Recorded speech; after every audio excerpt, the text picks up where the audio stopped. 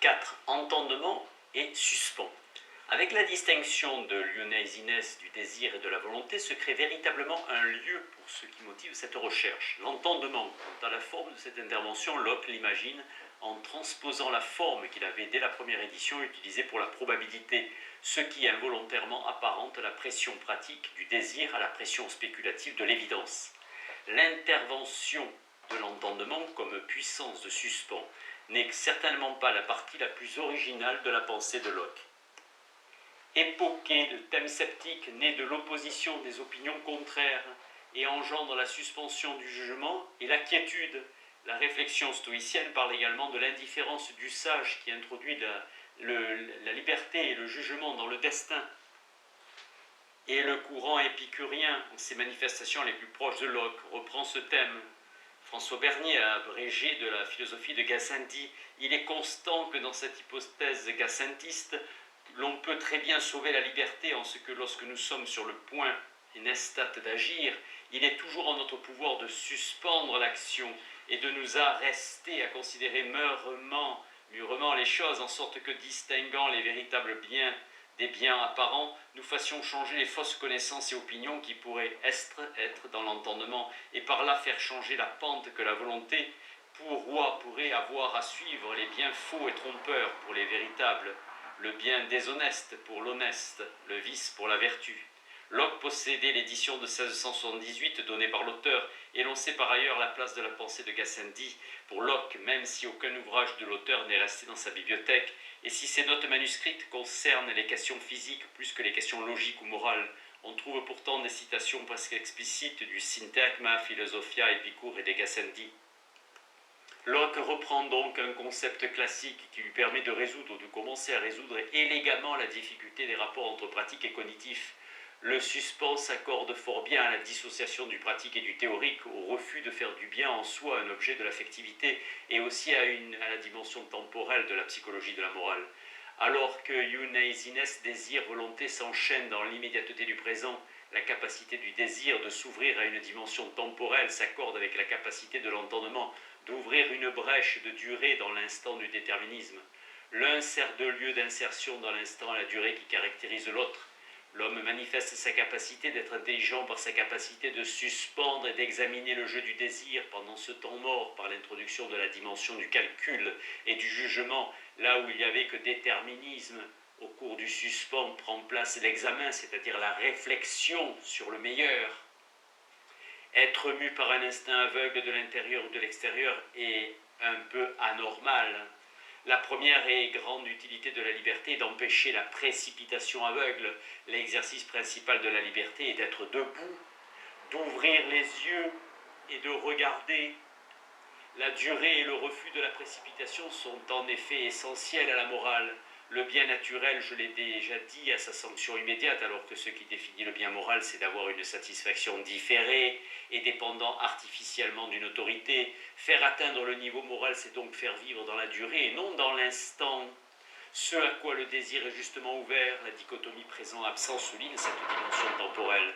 Cette ouverture du désir à une autre dimension que l'instant est encore marquée par une phrase elliptique non comprise par Coste lors de sa traduction. Le moment présent n'est pas pour nous l'éternité, quelle que soit notre jouissance. Nous regardons au-delà du présent, et le désir va de pair avec la prévision, et cela entraîne en outre la volonté.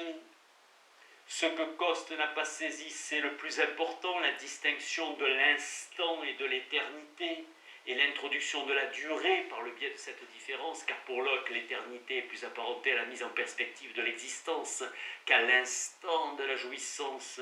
Le désir n'est pas prisonnier de la jouissance instantanée, les fonctions des possibles. Suit la prévision et la volonté qui est déterminée par le désir bénéficie de ce dépassement pour faire exécuter l'acte possible. Dans la mesure où il y a prévision, on devrait pouvoir dire qu'il y a intervention de l'imagination. On sait qu'il n'en est rien, c'est l'entendement qui seul domine le temps et qui sert de l'ouverture pratique du désir. Il profite de ce strabisme du désir pour comparer présent et futur. Il suscite ainsi un désir plus fort de l'absent que le contentement du présent. Le bien qui assure le bonheur peut ainsi être le bien le plus durable. de préférence au bien le plus intense, et l'entendement qui est seul à pouvoir dominer le temps fait bénéficier le désir de ses capacités. Sous son influence, le désir peut prendre en compte le bien le moins immédiat, qui est le bien le plus moral. Sous son influence, le désir fait entrer en jeu la simple possibilité de la sanction éternelle. La sanction éternelle devient elle-même bien suprême. Elle n'est plus usage de la force que rejettent les letters concerning toleration, mais promesse de bonheur durable ou de malheur durable qui entre dans un calcul libre de l'entendement, donc dans un choix libre. Mais avec la durée s'introduit l'erreur, de même qu'il n'y a de connaissance que par l'idée complexe avec laquelle s'immisce l'erreur. De même, la morale naît avec la durée, qui est aussi source d'erreur, alors que l'idée simple est toujours vraie, et le plaisir naturel instantané ne trompe pas. L'entendement est à la fois source de liberté et source d'erreur, et c'est sur lui à nouveau, sur ce qu'il fait du suspens, que repose toute la responsabilité. Nulle question de volonté en cette activité de l'entendement, qui doit suspendre l'accomplissement du désir, tant qu'il n'a pas examiné avec assez de précision le bien et le mal qui sont dans l'acte. Dans le domaine de la volonté, tout étant une chaîne de conséquences liées les unes aux autres et dépendant toutes de la dernière détermination du jugement, l'entendement est donc seul responsable de l'éventuelle précipitation. Rien n'a donc changé sur ce point par rapport à la première rédaction, et les critiques de Molineux ont eu pour seule conséquence que Locke reconnaisse ouvertement le caractère intellectualiste de sa morale avec l'attribution exclusive à l'entendement de ce qui produit la faute, le manque de considération. On peut aussi présenter l'aspect positif de ce resserrement de la moralité autour de l'entendement. La garantie divine est accordée à cette capacité qui est le propre de l'homme. Grâce à elle, le simple jugement calculateur des plaisirs et des peines permet d'atteindre le salut, et non plus seulement, comme dans le chapitre précédent, de découvrir la loi naturelle. Autant que le jugement de rectitude, le calcul des plaisirs permet par garantie divine de découvrir le bonheur, et du même coup la tâche de l'homme est précisée, libéré de toute emprise des passions, de l'affectivité, le moment de l'élection. L'acte de l'examen est l'acte humain, donc moral par excellence. Si l'entendement est le lieu de la faute, c'est aussi parce qu'il œuvre à accomplir, ce qui n'est au fond rien d'autre que dire que la morale est naturelle, que la nature humaine est un donné à accomplir. Peut-on aller plus loin dans le formalisme? Par deux fois, Locke parle comme si l'acte de suspens, séparé de toute découverte de contenu ou de sanction, pouvait constituer toute la moralité de l'acte, ce qui est utilisé, la bienveillance divine, pour garantir la pure forme de l'exercice de l'entendement. Si l'homme examine, il a rempli l'essentiel de sa tâche pour laquelle Dieu lui avait confié la raison et la liberté. Cette thèse rejoint certaines présentations de la loi naturelle. De même que la loi se réduirait à l'exercice de la raison, de même l'homme serait sauvé par le pur fait d'examiner. Cette thèse est corroborée par les divers écrits sur la tolérance qui refusent aux magistrats le pouvoir d'obliger à examiner. La raison et le jugement saint sont eux-mêmes des élixirs, le remède universel qui guérissent de l'erreur, et il y a autant de raisons de les punir pour leur faire découvrir la pierre philosophale qu'il y en a de les punir pour les faire agir selon la raison et le jugement saint. Dans ces textes polémiques qui veulent préserver les droits du fort interne plus encore que dans l'essai, la moralité est présente dès l'acte de l'entendement. Celui qui se tromperait quant à la sanction, qui calculerait mal les plaisirs et ne découvrirait pas la loi divine comme la plus grande loi, aurait néanmoins rempli sa tâche. La tolérance est en son principe la simple application de la distinction classique entre la fin de l'acte et l'intention qui la dirige, visible de Dieu seul, distinction qui est elle-même la transposition chrétienne de la distinction stoïcienne entre le télos de l'acte et la cible, skotos, immédiatement visée. L'identité de la liberté de l'entendement et de la moralité repose chez Locke sur la croyance en la bonté divine plus que sur une élaboration philosophale poussée. Skopos, l'acte et la cible immédiatement visée. Cet appel à Dieu n'est pourtant pas dans sa pensée pur fidéisme. Il est pensé sous la forme d'un recentrement de la moralité entière sur l'entendement. Il est lié à la conception de la raison comme tâche à accomplir et donc au statut accordé à l'homme par création. Et cette thèse n'est pas locale, mais elle domine l'ensemble de la pensée de Locke. Tout le naturel est le fruit d'un artifice divin. À l'issue de la seconde édition, un nouvel équilibre semble trouvé. Uneasiness, désir, volonté, forme la chaîne des déterminismes, et l'entendement, le rond de sa liberté. La possibilité qu'il intervienne à tout moment et l'agir, en ce que le désir est constant, suffit à assurer l'aspect rationnel et humain. Tout repose en fait sur la juxtaposition dans le temps de ce qui est selon d'autres pensées distinction de raison articulée dans la réalité en un seul acte. 5. L'impossible localisation de l'entendement. Les difficultés de cette simple juxtaposition de la volonté et de l'entendement ne manquent pas. L'illustration la plus simple en est que le formalisme de l'acte raisonnable est contesté de l'intérieur par une autre typologie. L'entendement n'introduit pas uniquement la liberté par l'acte formel du suspens du déterminisme. Il doit aussi faire goûter au désir le choix qu'il a privilégié. Pour permettre à la volonté de suivre le dernier jugement de l'entendement, il est nécessaire que celui-ci suscite l'intérêt du désir, comme on pourrait le faire pour un plat. Or, il est facile de montrer le caractère paradoxal de cette relation de l'entendement au désir. Comment s'y prendrait une capacité cognitive pour influencer une capacité appétitive dont elle est scrupuleusement distinguée? La métaphore du goût, comme celle de la vision, couvre un ensemble d'apories. Ainsi, le désir a remplacé la volonté pour éviter que la volonté ne soit marquée d'entendement. Il se voit reconnaître une fonction d'intermédiaire, mais rien n'est dit d'autre que métaphorique sur la façon dont il réussit la synthèse du cognitif et du pratique, où ont échoué les analyses antérieures. La théorie de Locke est maintenue en échec sur le point précis qu'elle souhaitait résoudre, la relation du spéculatif et du pratique, de l'entendement et de l'action. Il ne s'agit là que d'une objection extérieure au texte de Locke. Les contradictions internes de sa conception de l'acte moral vont apparaître plus explicitement à l'occasion de la correspondance avec Van Limborch. Cet échange de lettres est intéressant à plusieurs titres. D'abord en ce qui permet de préciser les positions de Locke concernant volonté et désir, liberté et entendement dans la deuxième édition de l'essai. Cette correspondance est intéressante également parce que Van Limborch amène Locke à des concessions essentielles en soulignant les apories de sa doctrine morale. Van Limborch presse Locke de questions issues de la théologie classique, et sous cette pression qui l'amène dans le champ des distinctions de raison, Locke est amené à reconnaître tantôt explicitement, tantôt implicitement, que toute sa typologie doit être dédoublée. Volonté, raison et liberté sont parfois pris dans un sens objectif, téléologique, parfois d'un point de vue subjectif et empiriste. Cette discussion marque ainsi le point où Locke est mené le plus loin dans la reconnaissance de l'ambiguïté de sa pensée. Il doit reconnaître aussi les difficultés engendrées par sa distinction des capacités. Deux aspects donc dans cet échange de l'être, la dualité interne à chaque capacité et les relations entre elles. Le problème essentiel demeure celui de la liberté et lié à lui celui de la définition de la volonté comme pure faculté d'exécution. Par la finesse de ses arguties théologiques, Van Limborch parvient à avoir raison de la distinction lockienne de l'entendement et de la volonté. Malgré les rebuffades de Locke qui le traite de penseur imprécis, de sectaire, Van Limborch persévère et reçoit enfin une réponse après un long délai qui a permis à Locke de digérer la critique et de modifier sa position. En théologien classique et en arminien opposé à la prédestination calviniste, le premier défendait l'indifférence antécédente de la volonté et donc de la liberté, car pour lui, volonté et liberté demeurent quasiment synonymes. Si la liberté consiste à faire et à ne pas faire, la volonté peut être libre. Elle possède une indifférence active, indifférence proche de ce que Locke appelle de son côté suspens. Que la volonté comme capacité ne soit pas mêlée à une autre capacité n'empêche pas que les actes concrets relèvent de plusieurs capacités, et notamment que l'acte humain de volition soit libre.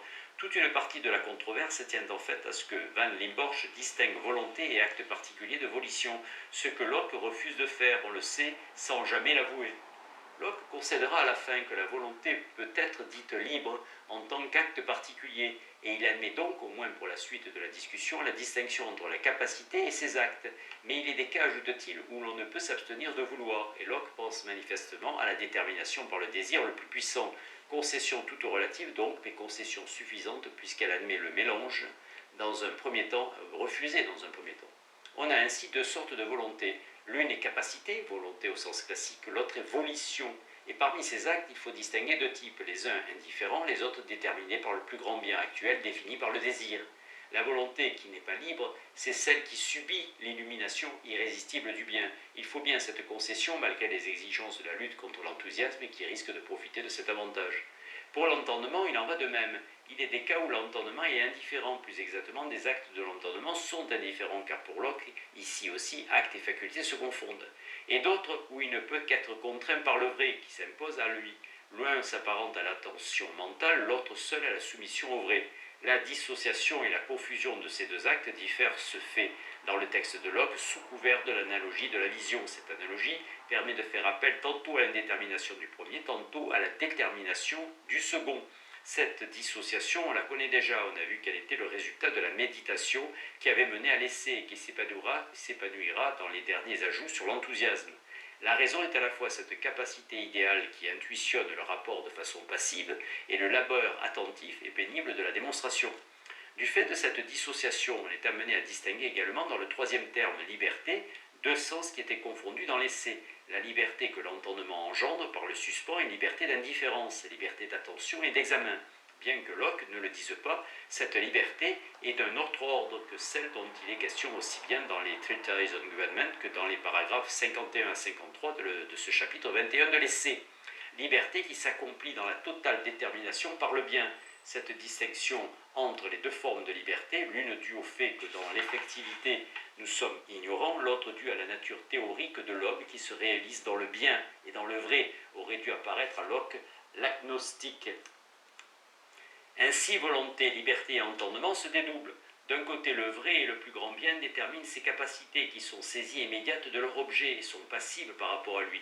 De l'autre, l'activité humaine, parce que l'activité rationnelle se marque dans le suspens, et par conséquent la liberté est ouverture. La volonté pour pouvoir être humaine doit être indifférente. Pour Locke, cette indifférence est un défaut comparé à la détermination pour le vrai bien, mais ce défaut doit être accepté pour faire place au suspens qu'introduit la liberté d'examen et d'attention, même si l'homme, considéré du point de vue de la raison et du point de vue de Dieu, n'est libre que lorsqu'il est déterminé par le bien, c'est-à-dire par la raison qui voit immédiatement. Il faut faire place à l'entendement actif dans cette topique, et l'entendement introduit dans cette filière déterministe un élément d'indifférence, une démarche hésitante qui, aussi méprisée soit-elle, sont indispensables. Dès lors, dire comme Locke le fait que la raison est source de liberté et passer de là à l'affirmation que l'entendement, sous-entendu identique à la raison, est source de liberté, c'est supposer résolu l'essentiel. Réduire tout entendement à la raison, toute liberté à autre chose que la liberté d'indifférence, c'est adopter la même attitude empiriste que celle qui suppose résolu toute antinomie entre nature animale et nature humaine. C'est se placer au point de vue divin, téléologique, qui est d'emblée certain de l'accord de l'entendement et de la raison, de l'efficacité du suspens et de la moralité de la liberté. Il serait nécessaire de fonder la continuité qui permet de passer d'une nature à l'autre, et ce faisant, il deviendrait nécessaire d'expliquer l'erreur, la fragilité humaine, la finitude par la distinction des deux. Locke n'a nulle part distingué totalement la dualité de sens des termes fondamentaux qu'il emploie, nature, raison, liberté, volonté, même s'il a fait lui-même la distinction entre la droite raison, qui est intuition du vrai, et l'entendement humain qui chemine dans l'erreur à sa recherche. Il n'a jamais réfléchi à sa réintroduction subreptice d'une autre forme de raison à travers la certitude du succès de l'entendement. Il lui aurait fallu justifier le lien entre l'observation et l'ordre, entre le naturel animal de l'homme et son naturel humain, entre le sensible, l'expérience et la raison. La distinction nette entre raison et l'entendement est aussi nécessaire et impossible à justifier qu'est nécessaire et impossible à justifier la distinction entre la liberté d'attention, capable d'indifférence, et la liberté morale, déterminée par le bien le plus grand, ou la nature théorique comme raison et la nature effective comme mixte de raison et de passion. L'imprécision même de la distinction est condition de la visée téléologique qui est le présupposé de l'empirisme. La discussion avec Lindborch a mis en relief la dichotomie interne de chacune de ces trois capacités. Elle met aussi en relief, et explicitement cette fois-ci, la distinction externe de chaque capacité d'avec les autres. Volonté et entendement sont toujours distincts, mais Locke est obligé d'expliciter leur lien. Son refus fondamental de faire de la volition un acte pénétré d'entendement lui interdit de conclure de la liberté de la volition à son caractère intellectuel, et inversement, lui interdit de conclure de l'acte intellectuel d'attention à son caractère volontaire. Ce serait fondamentalement changer d'épistémologie. Un théologien comme Van Limborch, ou un philosophe moins opposé à la scolastique comme Leibniz, rompu aux distinctions de raison, peut mêler en une même entité ce qui n'est distingué que logiquement. Locke, dans son nominalisme, est amené à juxtaposer dans le temps l'intervention d'entités que l'esprit distingue, car une existence de raison ne peut avoir sens pour lui. Les pouvoirs sont séparés dès qu'ils existent et ne peuvent, tels des liquides, se mélanger comme le croient les aristotéliciens. La volonté ne peut être l'attention et l'entendement ne peut être volontaire, comme le croit Van Limborch. Donc le jugement sera pour moi une action mixte, partiellement de comprendre, partiellement de vouloir, dans la mesure où c'est une action de comprendre ou de voir quelque chose, elle est nécessaire. Mais tout ce qui est libre dans le jugement procède de la volition, dans la mesure où je veux acquiescer aux raisons apportées pour porter un jugement. Faire de la volonté la source du vrai, c'est aussi aller à l'encontre de la théorie lockienne de la connaissance. L'acte de foi, par exemple, ne peut être un acte de volonté, faute de quoi, on l'a vu, il serait soumis aux passions et à l'intolérance au lieu d'être libéré par l'examen. La foi doit demeurer un pur acte intellectuel, ce qui va à l'encontre de toute la tradition théologique et ce que Van Lieborsch ne peut accepter. Il en va de même pour l'acte d'attention, qui devrait, selon Van Lieborsch, dépendre de la volonté au moins autant que de l'entendement, et que Locke réserve à l'entendement. L'intransigeance de Locke sur ce point s'explique par les origines de sa recherche. Elle n'en demeure pas moins difficilement conciliable avec la nature de la morale, sauf à la ramener une fois encore à une réalité intellectuelle, ce que Locke refuse aussi en distinguant dès l'origine vrai et bien, proposition et précepte, fait et devoir, une distinction de principe qui n'est pas mise en cohérence avec la psychologie morale qu'il développe. Cette contradiction entre d'une part la distinction entendement-volonté et d'autre part la nécessité de rendre compte de la décision morale en faisant appel à l'entendement se manifeste en d'autres occasions. Effleuré par cette même correspondance, ainsi en premier lieu, le désir n'est mu que par un bien réalisable. L'entendement, qui est comparaison de biens particuliers, ne peut que produire un jugement prudentiel sur ce qui est le meilleur de faire en ce cas précis. L'homme juge pro hic et nunc, mais de ce fait l'entendement ne peut qu'être lié au désir qui lui spécifie le moment, et ce qui est à juger entre les désirables. Inversement, l'entendement lève dans le suspens la pression du désir. Il doit pourtant conserver sous le mode cognitif quelque chose de ce à quoi tend le désir pour remplacer un goût par un autre. Incompétent pour voir le bien suprême et écarté de toute appétition, il ne pourrait recevoir que du désir des informations sur ce qu'est un bien et ce qu'il doit comparer. Enfin, la volonté au dire de Locke suit toujours la détermination du dernier jugement de l'entendement. C'est donc que dans la délibération, il y a plusieurs jugements possibles sur ce qu'il est bon de faire à l'instant donné, et c'est l'entendement qui décide que tel jugement sera le dernier, parce que le meilleur. C'est donc lui qui détermine la volonté en cessant le suspens. Nouvelle forme de relation entre l'ordre de la compréhension et l'ordre du désir. La détermination du kairos dans sa dimension affective d'une part, dans sa dimension cognitive d'autre part, implique une collaboration étroite des deux ordres de capacité, difficilement conciliables avec leur totale séparation. Reste enfin la question de l'erreur. Si la volonté suit la dernière détermination de l'entendement, le bien choisi pourrait ne pas être le meilleur. Il y a hésitation et on n'atteint jamais l'absolu du bien qui serait choisi maturo et recto judicio. On parvient à un bien relatif et contingent, rien là que de très consonant avec l'indifférence et les limites qui marquent la condition humaine. Mais l'erreur est à nouveau rejetée entièrement sur l'entendement qui entame et achève le suspens, qui juge et fait goûter le bien. Et l'entendement de ce fait, comme le souligne Locke dans sa réponse à Van Lieborsch, est alors distinct de la raison.